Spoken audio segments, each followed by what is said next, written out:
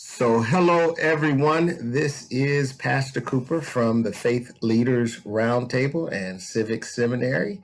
And I have some incredible, awesome members of the Faith Leaders Roundtable. And also we have a couple subject matter experts on as well to help us understand the critical race theory and all of the controversy that is around it, because we feel that it's important that we understand ourselves as pastors and leaders, but also to make sure that the public is aware of the kinds of things that are impacting you and your families and your children as we go forward. There's Dr. Ward.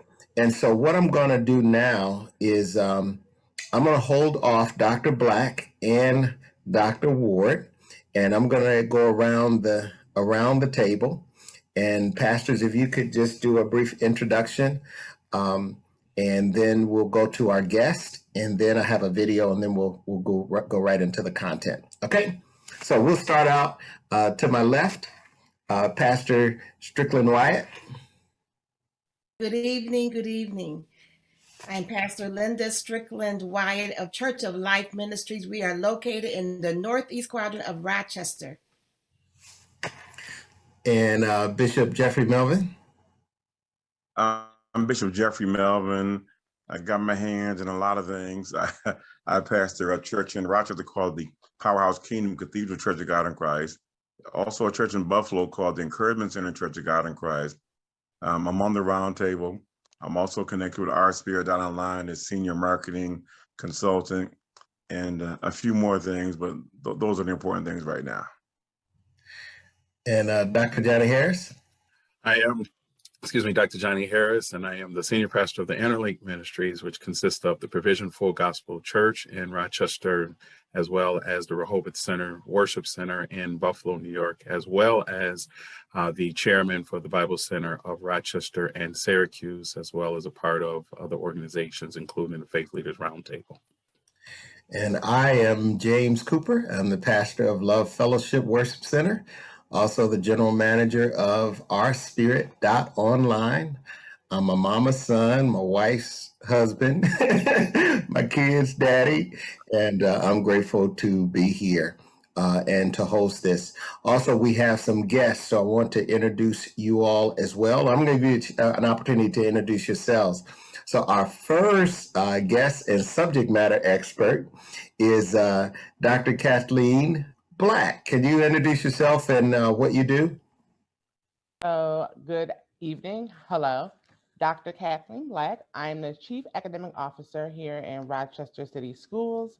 And so I have the awesome responsibility and privilege of leading all of our folks who deal with academics. So your core content areas, reading, math, social studies, science, your essentials, art, music, PE, health, family, consumer science, CTE, and all the things that support making those things happen for our kids pre-K through grade 12.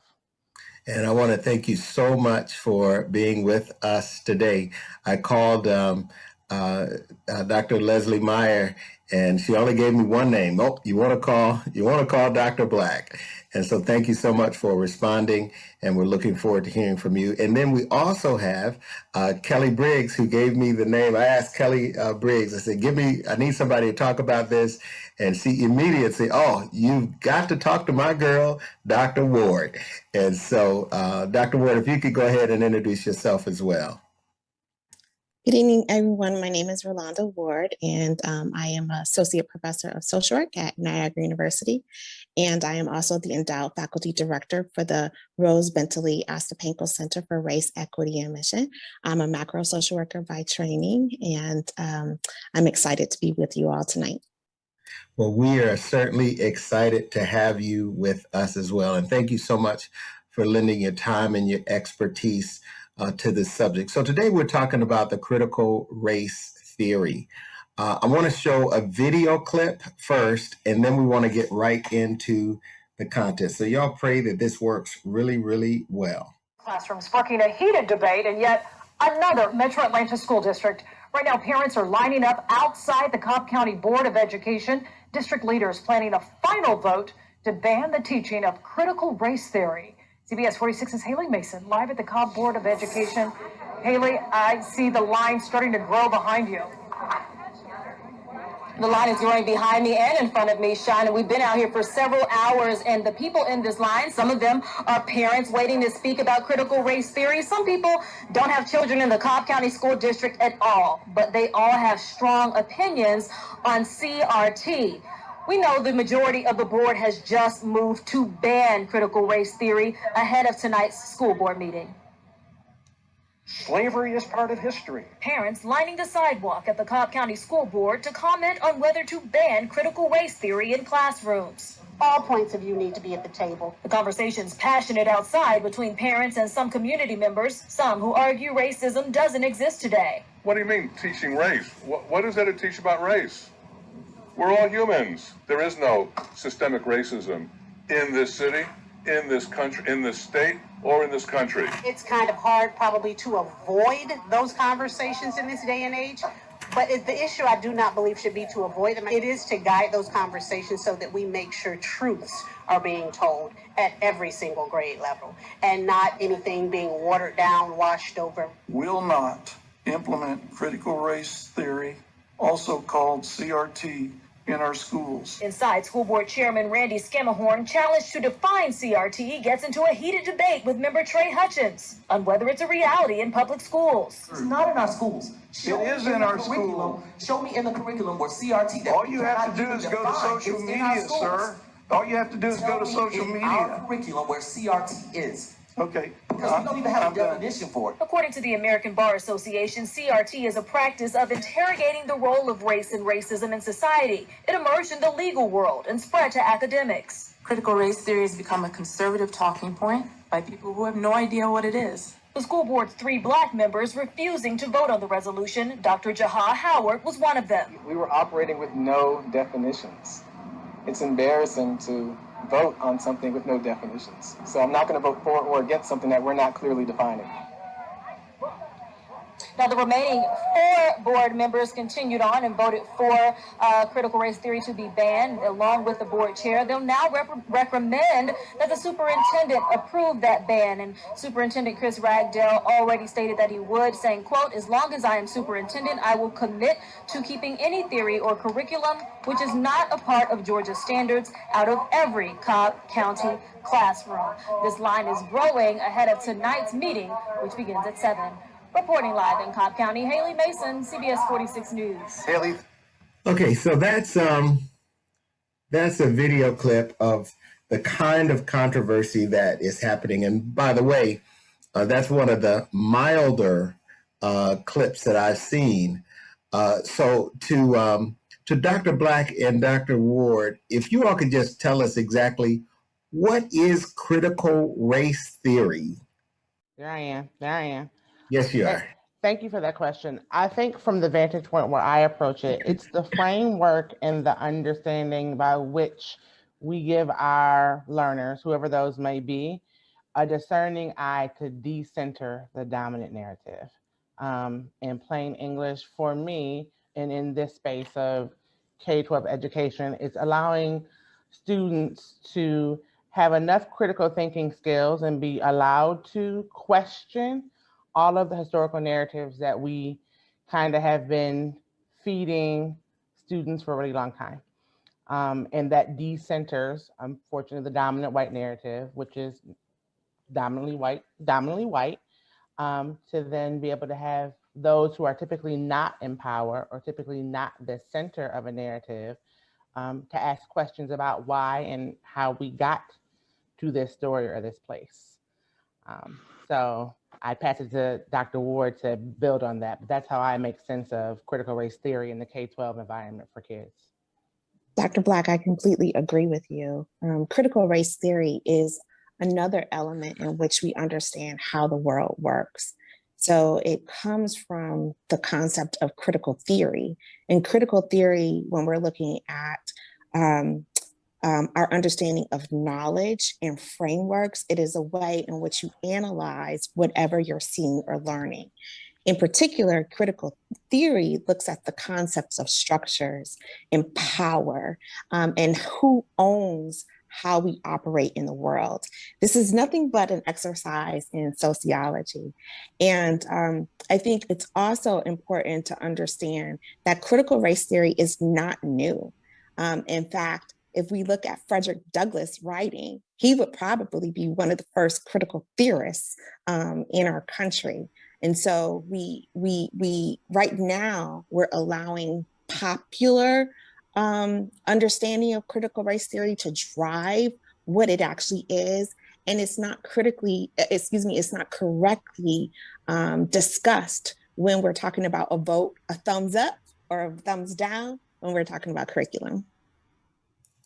Now, is there a difference between critical race theory and culturally sensitive curriculum? And if there is, what's the difference? So I would say yes, from my vantage point, in terms of, again, critical race theory for me is a framework. It's the lens by which you are able to unpack and understand and ask questions about things around systemic and institutionalized racism. When I think about culturally responsive pedagogy or culturally responsive teaching, it's the way by which students are invited and honored by what they bring to the table and connected to the experiences that we provide them.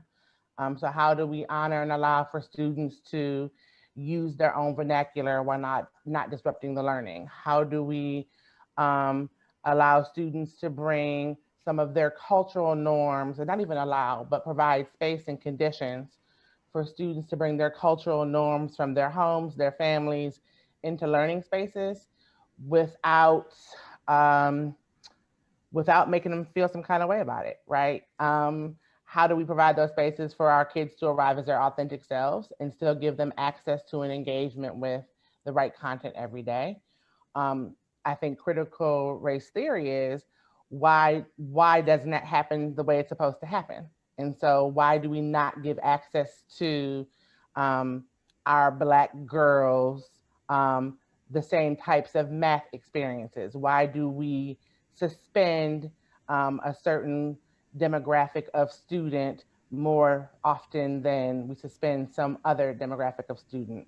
Why can we historically call on things like the achievement gap? So why do Black students always, for some reason, score significantly lower than their other counterparts? And critical race theory gives you a lens to unpack and ask those questions.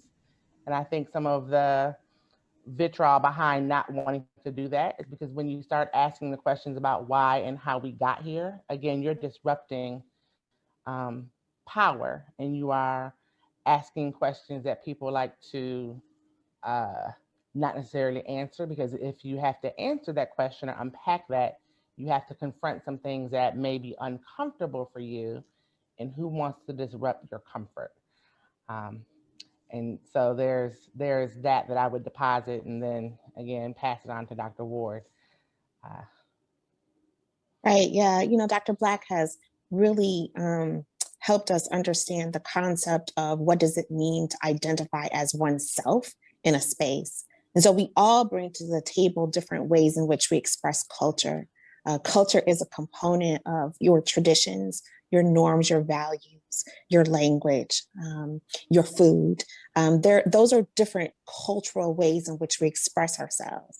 And so all of us who are on this video tonight, we may all have similar melanin in our skin, but that does not mean that we have the same cultural experiences. And so if we allow for culturally relevant pedagogy, what that means is that our instruction acknowledges that each one of us can see the material that we're learning through a very different lens because of our upbringing, because of our exposure that we've had both in family and in community. So with that, I want to open it up to some of the other pastors for their questions. I've got a lot of questions, but I don't want to dominate all the questions. So do you guys have any questions? I just wanted to ask this particular question because from my understanding, I know that critical race theory, especially from the academic concept, has been something that's really more than 40 years old. Why is it that we're just now really addressing this? Is it because of the Black Lives Matter that has escalated? Or is this something that really has been addressed over the course of these past 40 or plus years that really, again, has not been addressed, if you're able to answer that? You know, I'll just jump in here and I'll say, you know, when I was getting my doctorate, I learned about critical theory. You know, it wasn't something that happened within the last year or two. It was actually a way in which you analyze policy. So, you know, I think if we understand what has happened in our country over the last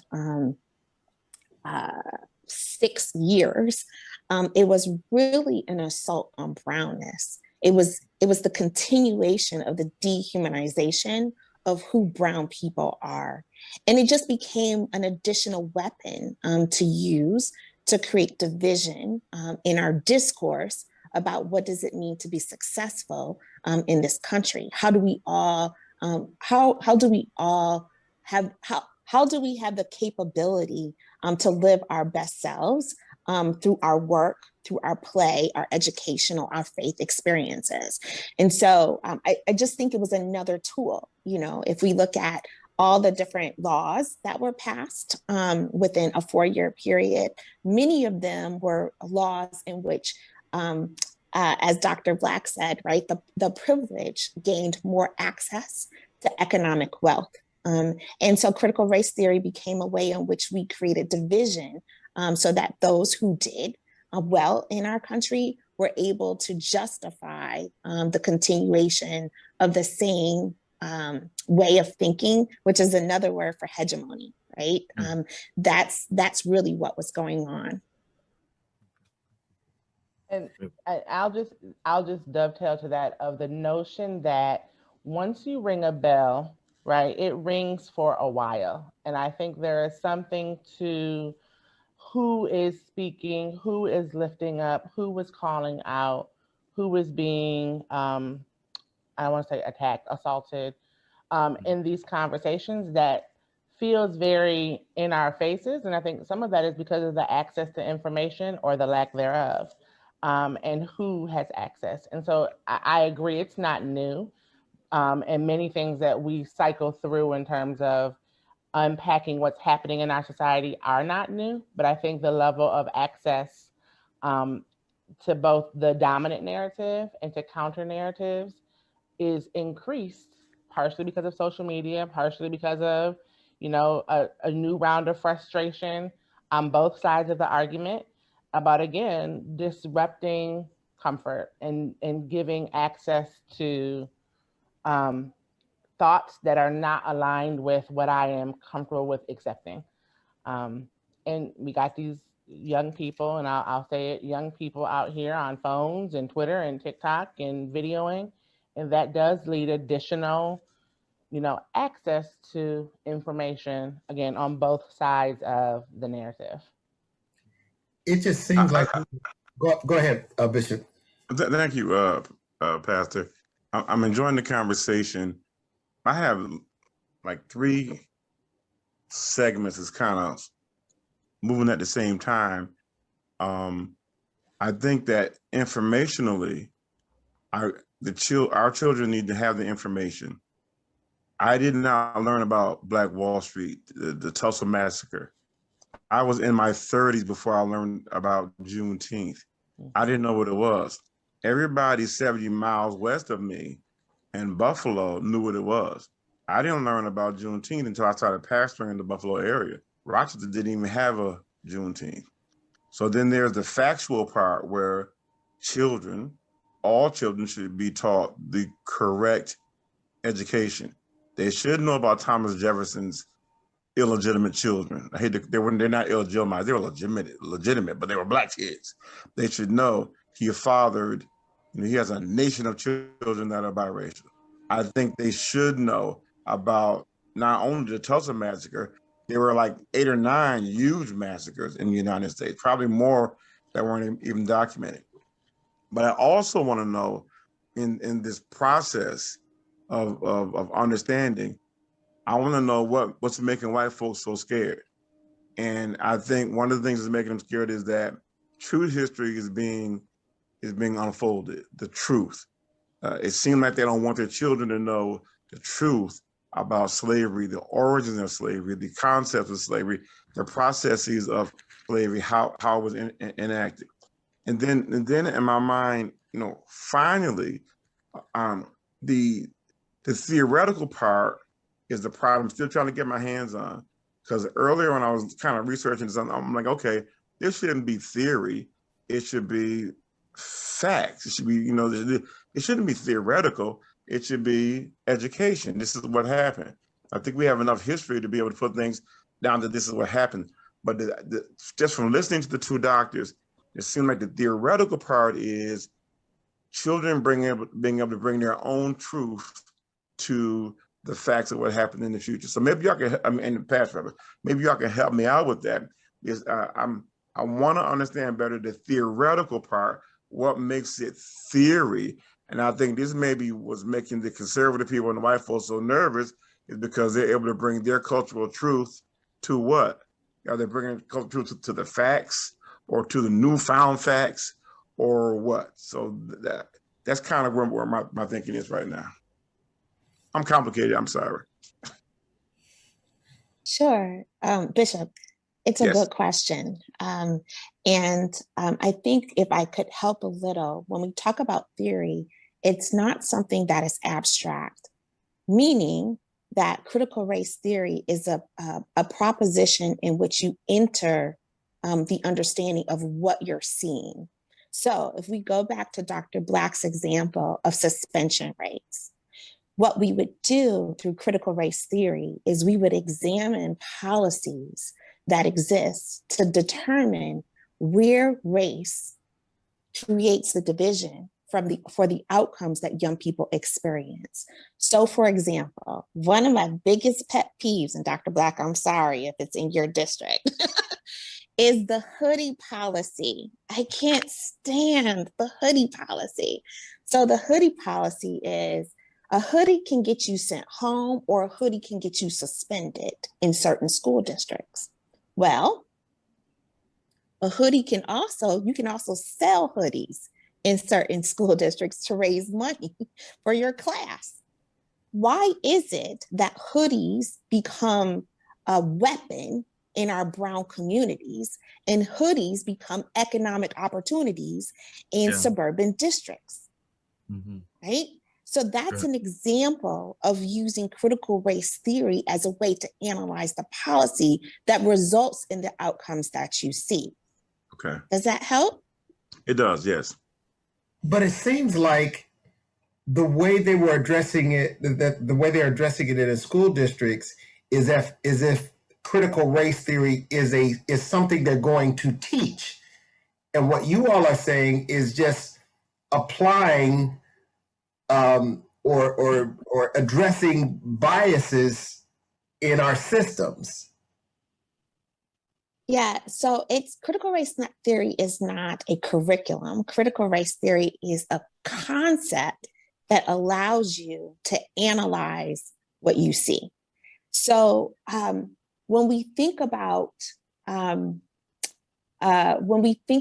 why is it, if I could use the church for a minute, can I give another example through the church? So when we think about the integration of church went like this.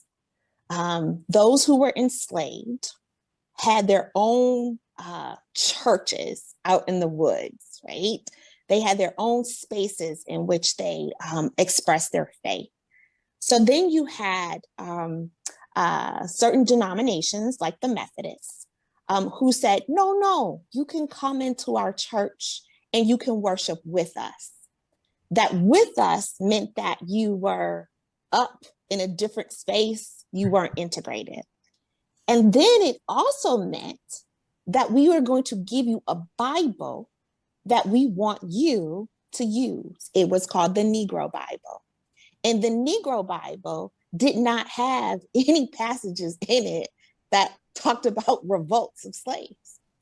So critical race theory says, well, our understanding of church and the Black church experience comes out of people being pushed into an understanding of what church was through a white view, which meant you can praise God, but you must praise God knowing that you will always be enslaved. Right? So when we start to understand how it is that we see what we see, we use a critical race theory as our way to enter those conversations and to understand historically how we are experiencing life today. And we could do this for everything. We could do this for housing. We could do this for home ownership, right? We could do this for the ability to move up in your jobs. And this is no different than other conversations like feminism or ableism. Right? It's another way in which you analyze the experiences, the outcomes that people have by taking a particular identifier and using that identifier to understand what you see. Scripture teaches us that we are to get in all of our getting to get understanding. So I want to say thank you for the definitions, the clarification, and all that you have already shared. And I really think that when we talk about our children, part of the problem that we are seeing with them not excelling, not living their best lives, getting involved with criminal activities because of the lack of self-awareness. Mm-hmm. So how is it that our children would be able to know who they are without having the whole truth? So this is critical. This is very important. And I don't think that us teaching them the whole truth should make anyone be offended or concerned that they're going to be left out. We are talking about including that which has been left out for many, many years. So I'm grateful for this opportunity to have this discussion. And I think that it's important for us to take this out to others, that they will also get a better understanding of what this is all about and how us getting that understanding is going to help us improve the quality of life for everyone, not just people of color. So I think, Pastor Strickland, what I want to just tug on that you named is the availability of options that our kids have access to once they know the information and they have a self-awareness, right?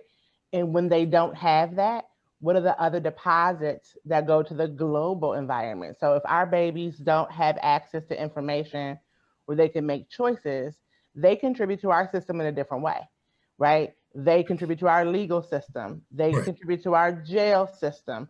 They contribute to a low-wage economy in a different way that keeps the dominant narrative, the narrative that we speak to. And so I agree with you wholeheartedly, which is why we're all in this work, that part of what needs to happen is that we give our students access to, and I hesitate with give, but we create the conditions, we avidly advocate to provide our students access to information for them to ask the questions of why. And how come I can't have access in this way? How come my hair that grows out is somehow offensive, but hair that grows down is not? And why does that prevent me to have access to the same opportunities? And that critical race theory question for our children, our babies, is like the why. And then the shift in there is like, okay, so I understand the why. Right? Now, how do I shift it? And when you have the why and start asking those questions, the fear is that you start to shift and you start to interrogate. And that, again, that disrupts what it is that people are comfortable with, right? It's comfortable for our babies to be not in educational institutions and be in other places. It's comfortable. They're not with my children. They're not in my neighborhoods. It's comfortable to deny access to housing in a way that's informed by redlining. It's comfortable to allow a disproportionate amount of Black mothers to die in childbirth. That's all comfortable. And critical race theory says, let's unpack why that is. what do you believe about pain tolerance of women, that they can then have a different laboring experience than other women. Like, so those, that lens of giving the information and the skill and the space for people who don't hold the dominant narrative, the tools to ask the questions, is a threat to the dominant narrative. And that is what makes lots of people uncomfortable about giving that information, because when people start asking questions, once you ring that bell, it's very hard to unring the bell. And once you give people a couple of tools to examine what's happening around them, then everybody's asking questions, and not as many people have the answer, or the answer that they would like for someone to have around them. So I think about this in a very, and I'm sure Dr. Ward does, in a very global scale, about once you start giving access in some places, that power and access comes away in other places. And what do you disrupt as a result of asking questions that, again, and I'll come back to the critical thing, right? Or same thing, make people uncomfortable. Dr. Black, both of you and Dr. Ward are talking about things that are scientifically based. In other words, when they're anecdotal and they've been sampled and they're scientific, don't they then go beyond theoretical? That's why I'm kind of stuck on that, because you have case studies. Mm-hmm. We know that if you have an 18-year-old white male, 18-year-old black male, everything even except for their skin color, the white male is going to get less time for the same crime than the black male will. That's scientific. That's factual. I'm not sure. There's no theory in there. It's not theoretical. That's discoverable. And I think that one of the things that I'm wrestling with is, if we have discoverables and the science points to these being actuals, why are we wrestling with the term I'm wrestling with the term theoretical? Aren't we beyond theory when we know that this is true? Go ahead, Dr. Ward. So if we go back to our understanding of how is knowledge constructed. So there's this thing about, do we understand it because it is subjective or objective, right? So we start there, and that's what you're talking about, is this idea of knowing something. The word theory is just simply a way of putting together a framework to understand something. So you can have gender theories. You can have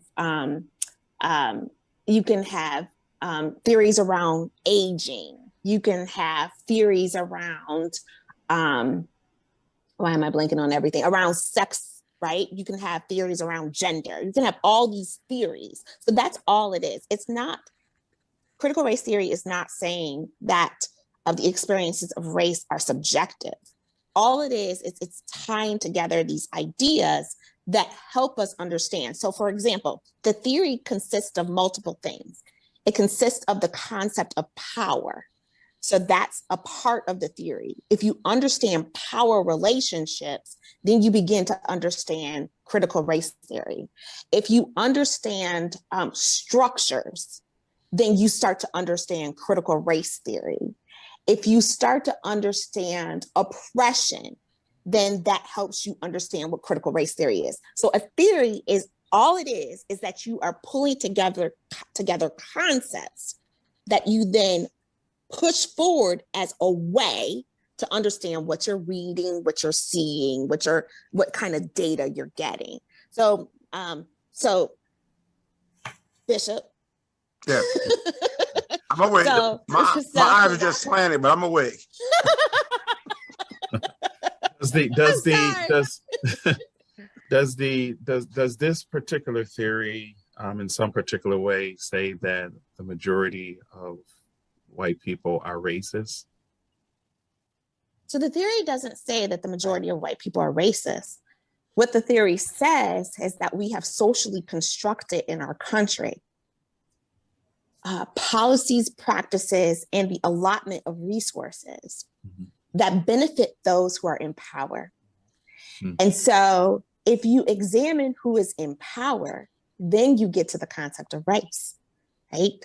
So, and it does not call, it just identifies the fact that in our country, race was the way in which we developed our economic policies. So enslavement was nothing but economics. That's all it was. Sure. And from that very point, right, we created a system in which Black people were not valued as participating in the economic system. So they sat outside of it and continue, we sit outside of it, right? Because we aren't on the baking boards. We aren't on Amazon, right? We're not on Facebook boards. Like those are places that we sit outside of that control the economic system in our country. So that's really what it's talking about. Okay, so I think I had a light bulb go off. So we're living in a historic time right now. There are going to be history books written about the impact of coronavirus on the world. The history books will write it and say that there were, 800,000 people killed in 1 year as a result of coronavirus. That's the way it'll be taught in history without critical race theory. With critical race theory, they'll say, okay, 800,000 people died, but there was a disproportionate number of Black and brown people. So that's the theory. Let's discuss why that would happen and how that happened. Is that right? No. I think from my vantage point, I think it makes sense how it's being constructed. There is the why, and then there's the notion of really unpacking, first actually acknowledging the fact that there was a disproportionate amount of people impacted, most in communities of color. And then what are the other deposits around that were, to Dr. Ward's earlier point, social constructs. So we go back to how housing, led to how people were in houses and how many people were in houses that then had access to, and how that was built before we got the coronavirus. So we're like taking a step back, right? There are reasons why people of color were disproportionately impacted by COVID that were built because of our systemic and historical racist systems, right? And so if you, to your point of historical perspective, you got to go some few places back. So disproportionate access to healthcare, trust of healthcare. For me, critical race theory gives you and I think about glasses as I think about what is the lens by which you want people to start to unpack questions and ask questions. Like that critical race theory question, right, is the lens by which you're looking at. And again, unpacking the why about how we got here. Coronavirus didn't exacerbate or cause, it just was another deposit and a reflection of the historical systems that we lean into or that we have around us that created the conditions for that to be the thing. And it's acknowledging that and then saying, okay, so why is that so? What policies were so that didn't just show up yesterday? What conditions were so? And then how do we attend to it and change it? And to Bishop's earlier question about the fear, you change it, you disrupt things. Dr. Ward said it, you disrupt power. So if I provide equitable access to the thing, right, someone has to give up their inequitable access. Like when you start to make it equal or more, and you start talking about equity and give people what they need, so now it's not equal, it's what people need, it has to come from somewhere. It's not a sum total game, so you got to take it from somewhere to put it somewhere else, which means someone has to lose and temporarily someone has to gain. People aren't willing to do that, and I think this conversation unpacks, like, A, let's acknowledge that that's a thing we have to do. B, let's think about why we have to change policies to give people what they need, and who has to give up things, and who or what systems stand to be gained by the transfer of economics, the transfer of power, the transfer of all the things that people are afraid to actually acknowledge is what's happening. Because, and someone said it earlier about truth, like truth and accurate history and those types of words, from whose perspective? Like, and I'm just posing that question as an outside question. From whose perspective is truth constructed? And can someone else create a completely alternate truth that may not be as factual, but you can find one article somewhere that creates your truth as the new fact. So I get amped. This is That's good. Listen, we're almost out of time. So I just want to go around the table to the pastors. And we have a chance for one final question from each of you, if you have a question. And I'll start. As pastors, what is it that we can do to support the efforts in our schools and in our community?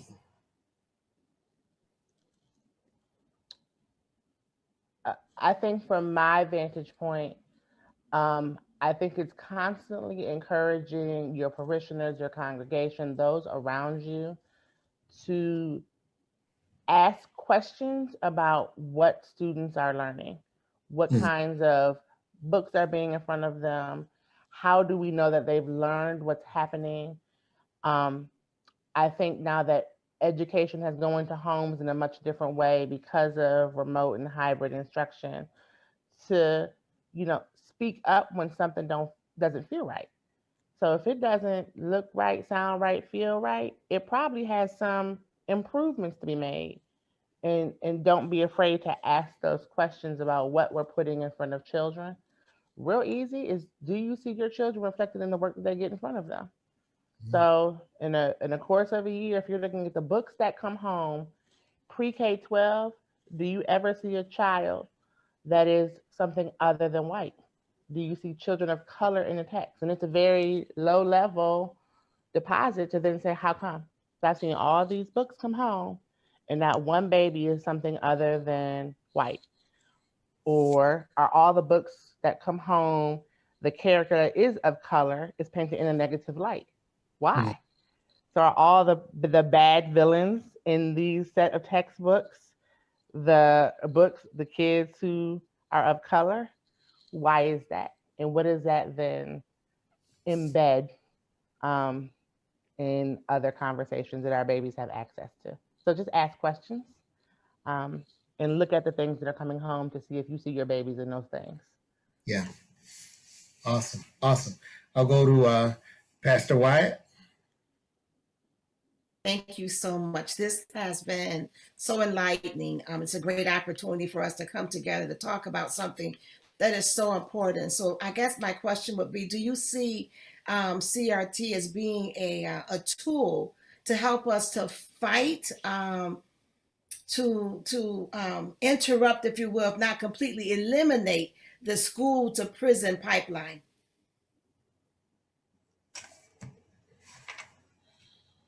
I don't want to be expert on this because Dr. Black is the expert on this, but I do want to give my 2 cents.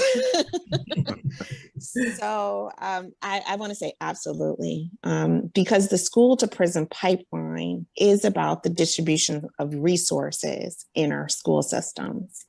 And I think if we go back to the question that Pastor Cooper asked, what do our parents need to be looking at? We need to be asking the question, how are districts spending their money? And when we think about how we are contributing to the achievement of young people, it tracks back to the money. And I think that that's a critical question that we must ask.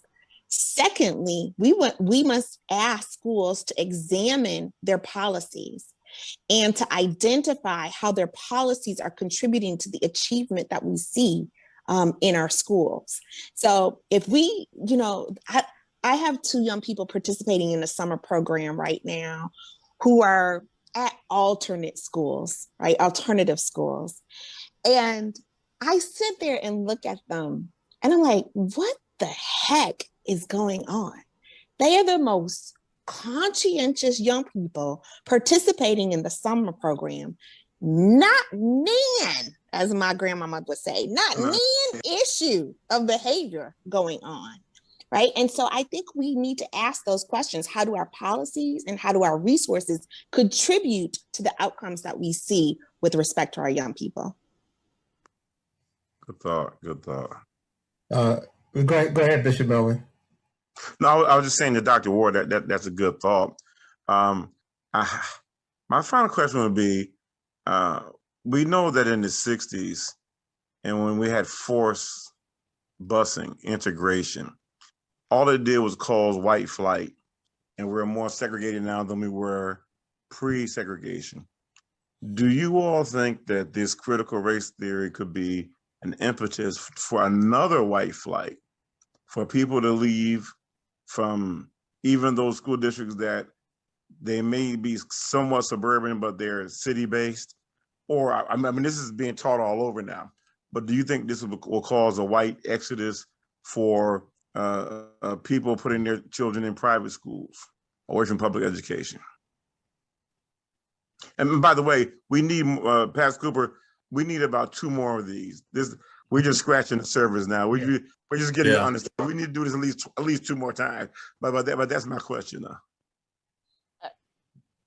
I think there's a lot that contributes to why people choose alternate spaces for their students.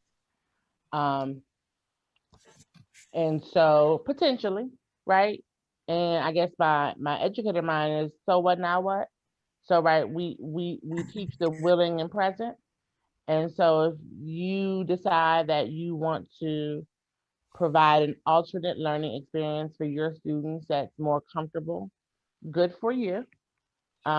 We'll see you when you return, because the theory and the students and the knowledge that is being disseminated isn't going anywhere. So as a public school educator who had a older student, so my oldest child, it was not in a public school environment for her entire 12 years. Even in that private school space where other parents selected to put their students, my baby was 6'1" and brown and was asking questions. So you can only go and select places but so far, because the theory and the thought and the access and the push to provide alternate concepts of power is not far behind you. And so maybe, and still we move, I'm trying to keep my whole mind together. And still we push forward with how we provide access to children. Yeah, awesome. Awesome. Okay. Dr. Harris? I don't have a question. I just want to thank you both for taking the time to really provide us such great information. As Pastor Wyatt stated, that this was very enlightening to us. And one of the things that I really gathered from this is, the importance of really just staying in tune with the policies, the practices that we're seeing. And of course, as it's been stated, engaging our families, engaging, students and teachers and pastors, just overall, because really this is really the part of, as you've all stated, just changing the policies and the plans, overall. One of the things that I wrote down that I seem to gather from this is that there's an importance that if the ideas and certain things are being heard based upon the plans and the policies, that we as, of course, Black and Brown really would feel a vested interest, in terms of the importance of this. But again, I thank you so much for what you have, you shared with us. Awesome. So now we'll have our guests. Any final thoughts, Dr. Ward? And then we'll go to Dr. Black. Yeah, just thank you so much for the invitation. This was really a great conversation. I think one of the things that's really important when we think about critical race theory is that critical race theory is not simply for to assault white people. it is an element in which we try to recognize that in order for us to do this democratic experiment, we've got to reevaluate what the democracy looks like. And you know, I am in favor of anything that helps align people's experiences in this world. And when I think about why it is that we have a genocide on Black males, I look at how we have demonized what does it mean to be Black and what does it mean to be a male, and then put those two together, which is Kimberly Crenshaw, which is also tied to critical race theory. And when she comes out with intersectionality, we really have done a fine job on making sure that they understand they don't matter. Right. And so critical race theory would say, help us understand where that happened. And it begins with the fact that we saw the Black male as nothing but a mule. And then over the course of time, we deconstructed the Black family and made it so that we couldn't have Black males in houses and in family homes in order for families to have economic freedom. And so I just really encourage us to sit with this idea that this is a conversation for all of us. It's not just a celebration of Black history or the mishistory of our children, but it is about understanding why it is that we have the outcomes that we have, and that this isn't about that Blackness means that you're genetically different. It just means that in our society, we created Blackness to mean that you would not get certain things because we were trying to have white families, originally, white families have power over Blackness. So it's a, you know, it's a discussion that requires people to have more knowledge, which is part of the problem because people lack the knowledge in order to actually have this level of discourse. But that's our job, is to educate people. And so Pastor Cooper, I really thank you for educating everyone who will see this about really what does CRT mean. Thank you so much. Thank you so much. Dr. Black? So I want to say thank you too for the invitation to be at the table. I too learned and have written some things down, so that the opportunity to always learn and share and capture questions is a benefit. I think I connected Dr. Ward's end game about help us understand why this happened and underpin the lack of knowledge that exists. And so when I think about the work that we have to do, and my entry point into the conversation and the contribution is ensuring that our students have the conditions created to actually ask questions that will start to disrupt some of the experiences that have led to the conditions we're in now. And that only comes from sharing information widely, so that more than just one baby in one classroom is asking a question, but there are lots of babies in classrooms with parents behind them and communities behind them asking the questions and then demanding that something be different in service of another outcome.